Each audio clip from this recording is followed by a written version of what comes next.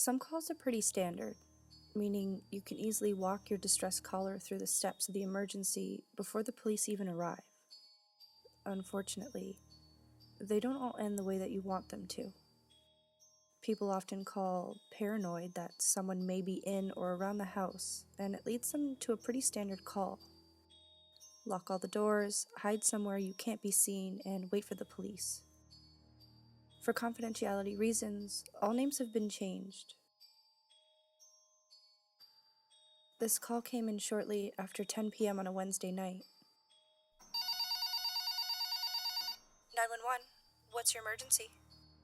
There's someone at my door and they won't leave. Okay, what's your name? And can you tell me what happened, please? Kevin, and I'm with my wife, Sherry. I woke up because my wife said she heard someone at our door while she was reading. I checked it out and there's a man out there. I told him to leave, but he won't. It's been 15 minutes and he's still standing there. He sounded panicked. Okay, Kevin. I'm sending someone over right now. Did the man say anything to you? He did say something, but I couldn't hear it through the door. My wife and I are super freaked out right now. Understandable. Where are you both right now? Can you see him? I can't see him, no. We're in the bedroom down the hall. Can you check to see if he's still there? Okay, yeah. Honey, stay there. I'll be right back. He talked to his wife, and I heard her acknowledge that he was leaving. He made his way to the front door. I can't see him. Do you think he left? That's good, right? He sounded relieved. That's good, but we're just going to stay on the line together until the police arrive, okay? Why? If he's gone, then you can call off the police. Well, we don't know if he's actually gone, right? I'm just ensuring yours and your wife's safety. Oh, yeah, true, I guess. Kevin, I'm going to ask you to go around and check all the doors and windows just to make sure they're locked. I want to make sure that you're both safe and secure. Okay, I'll check. I heard him walk around his house and then check in on his wife, asking if the windows were locked, and he walked around a bit more before he spoke again. What do I do if my deck door is unlocked? His breathing increased and he started to worry. Is there any sign that someone may have come in through there? Is there any way someone could get in onto your deck? Yeah, we have stairs to our deck. It doesn't really look like anyone came in, but I don't know, the door wasn't latched. What do I do? What if he's inside? Okay, we're not going to panic just yet, okay? We don't even know if he's in the house or if he actually left. I want you to lock the patio door and go back with your wife. I want you guys to stay in that room until the police can get there. Okay. He walked back to where his wife was, and his breathing got ragged. Honey?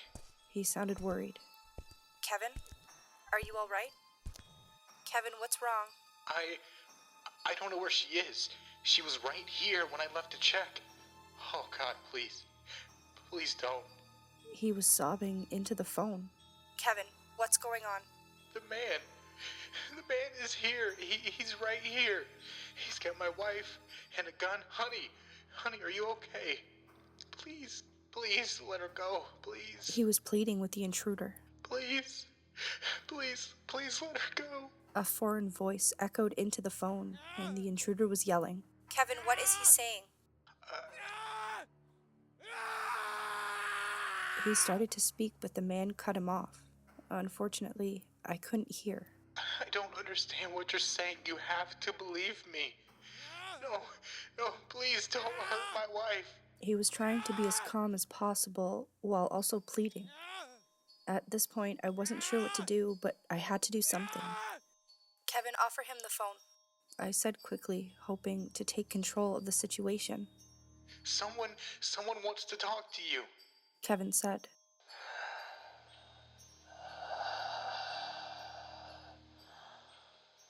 Hello. Who is this? A minute later, an intruder's voice came over the phone. His voice was much deeper than Kevin's. Sir, my name is... and I'm from the police dispatch service. Can you please tell me what's going on? I know who they are. And what they've done to me. He raised his voice and I heard Sherry whimper. What do you mean? What have they done? They thought. They thought wrong. He whispered this time. You don't want to hurt them. They didn't do anything to you. He shuffled, and I heard Sherry whimper again. They thought I would forget. But I didn't. He was yelling into the phone while I heard the sound of the phone hitting something between every few words. I suspected it was his head. You're fucking crazy! I'm not fucking crazy! The intruder yelled into the phone. You're not crazy, okay? I believe you. The police are almost there, and they can help you. I tried to sound reassuring despite being scared for Kevin and Sherry. No. Something needs to happen now! His rage was getting more intense the longer that we spoke. The police are almost there. Less than a minute. They'll help you. No! His voice bellowed through the phone, which was followed by 3 gunshots. Sir, what happened? I mustered up enough strength to ask. They can't hurt anybody else now.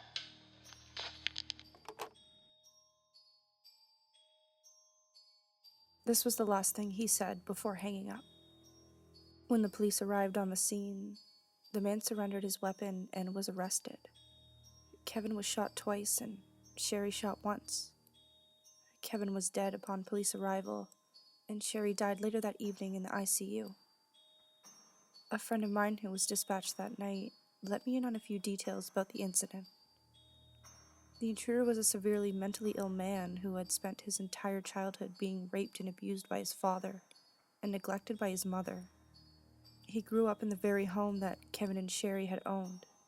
The man was delusional and mistook Kevin and Sherry as his own mother and father.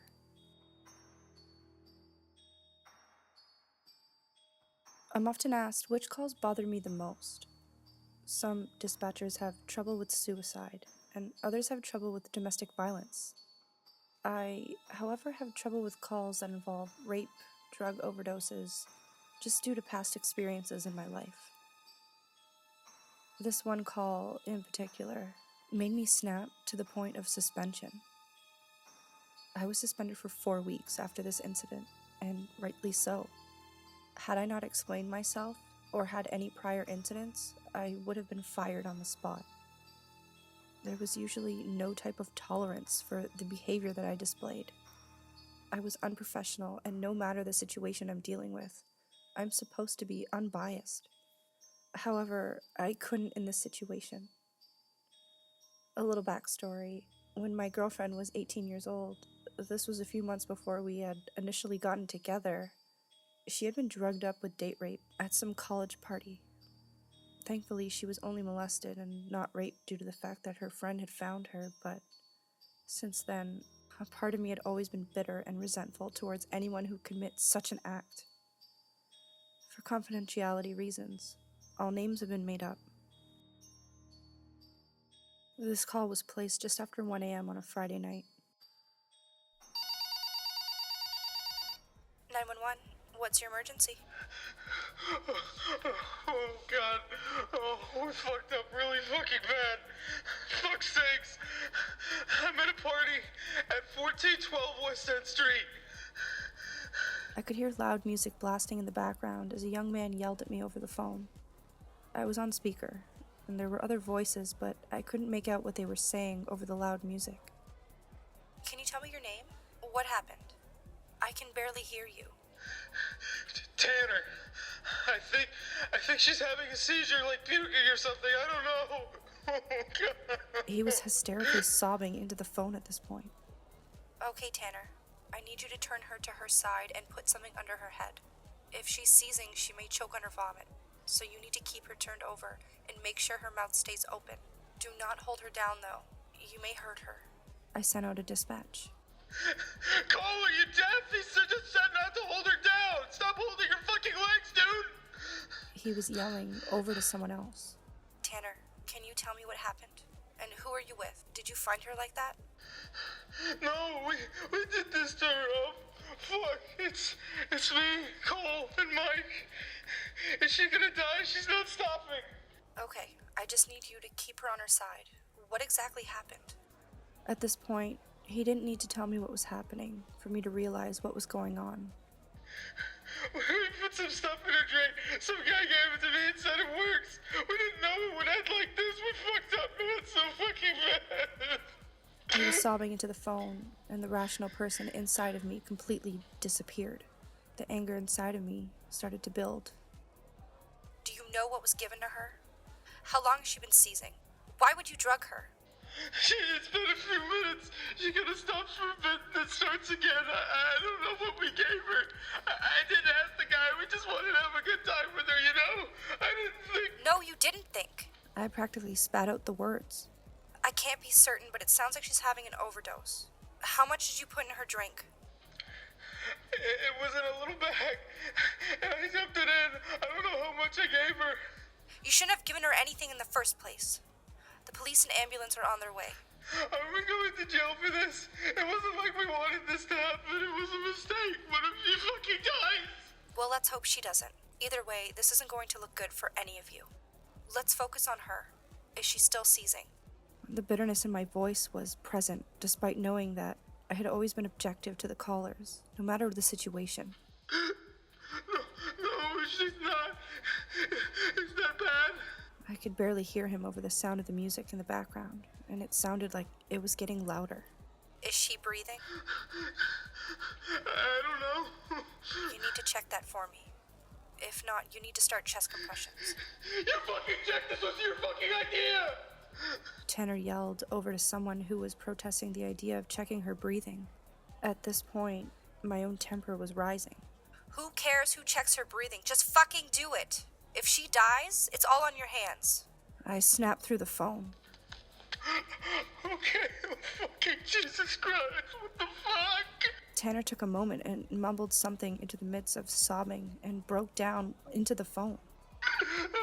She's not fucking breathing. Did we fucking kill her? Holy shit. I could hear him starting to do chest compressions on the girl. You stupid motherfucker. This is all your fucking fault. If you never would have given her it, that's what the fucking happened. What the fuck is wrong with you? At this point, I was screaming obscenities to the young man on the other line, accusing them of murder and telling them that they were all going to rot in jail. My supervisor at the time cut in immediately when she heard my commotion and took over the call. Unfortunately, the girl did in fact die from an overdose, and she was only 16 years old. The 3 men involved in the incident were 19-year-olds who were charged with criminal negligence causing death. Their sentence was 4 years, with the possibility of parole, seeing as though it was all their first offense. However, if you ask me, 4 years of imprisonment isn't enough for what they did to that poor girl. 2 of the 3 were released on good behavior after serving only 2 years of their sentence. They in turn were shunned by most of the members of the city that they were in. I have no idea what they're doing now and where they've ended up, but honestly I couldn't care less. Maybe that makes me a bad person, but I'm willing to live with that. As someone who grew up battling with mental illness, I've taken a lot of how I dealt with it and what I wanted to hear when I was at a low point to help me deal with certain calls. There's a high frequency of calls that are made by individuals who want to end their lives. Sometimes contacting 911 is a call for help as they don't want to die but can't move past the suffocating feeling of depression and other illnesses. Some call because they want their body to be found, and these people are more worried about how long it'll take for someone to notice. So by telling someone who doesn't know them personally, but will do something about it quickly, it makes it easier knowing that they won't be alone very long after they pass. No matter how long I've been talking to these individuals, the calls never get easier. Talking someone out of suicide is never easy, especially when they're past the point of reconsideration. For confidentiality reasons, all names have been made up. This call came in shortly after 10 p.m. on a Wednesday night. 911. What's your emergency? I don't know who else to call. Can you talk to me for a bit? She sounded sad, but her voice remained soft. Of course. Can I ask what's wrong and what's your name? It's Lorraine. I just don't know what to do anymore, you know? I get that. Did something happen? Well, my husband left me with our 3 kids. I didn't even want kids when we got married. Well, I can see how that might be overwhelming. Nothing goes right. I lost my job this morning because I was hungover at work. They don't understand what I go through every day. She raised her voice and then calmed it. I heard the faint sound of a child in the background. Close your eyes, darling. She whispered. I can't imagine what you're going through every day. I think about killing myself a lot. Especially lately. It's not fair to the girls. They aren't old enough to understand that Mom is hurt and wants to go. She was crying softly on the other line. It's normal to feel that way, especially given the circumstances you're in. But these bad things don't last forever. I don't know how to give them the life that they deserve. Her crying intensified. They deserve a mom who wants them and can take care of them. I heard a car door shut. A life they deserve is a life with a mother who loves them. You love them, don't you?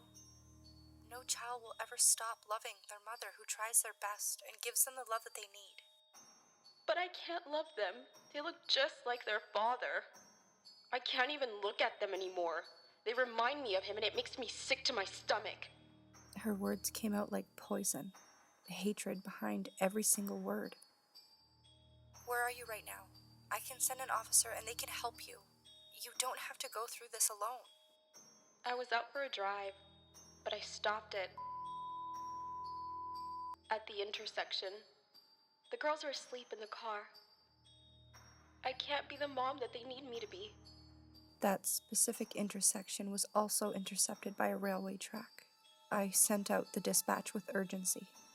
I know, but there are other options than suicide, and an officer can help you find these options. You don't understand. No one does, and no one ever will. She yelled at me through the phone. I do understand, Lorraine, but I don't want you to die. You don't have to die because of things that go wrong. Yes, I do. She yelled again. You think you know everything. You think you can save me. You can't save everyone, and I'm going to be proof of that. She sounded hysterical. Just talk to me and think about this, okay?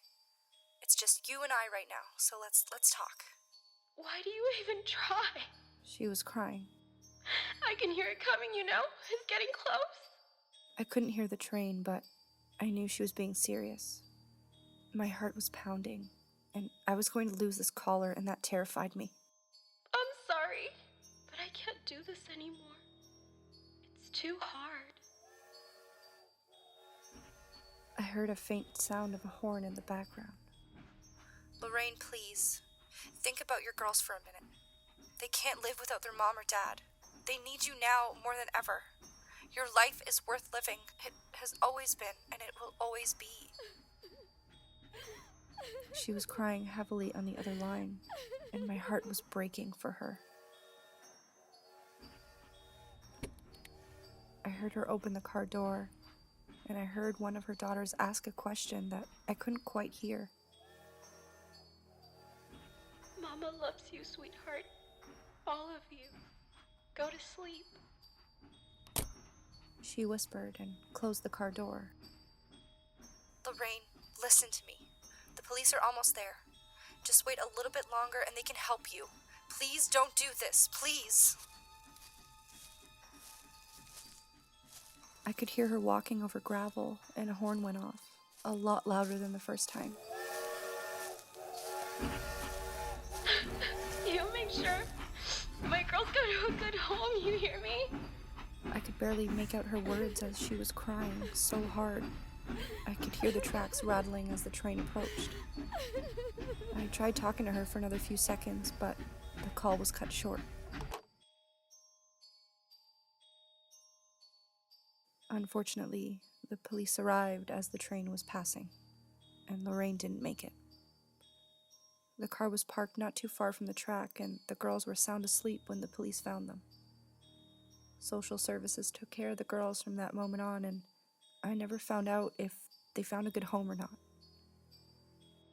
I don't think I'll ever be able to get over this call.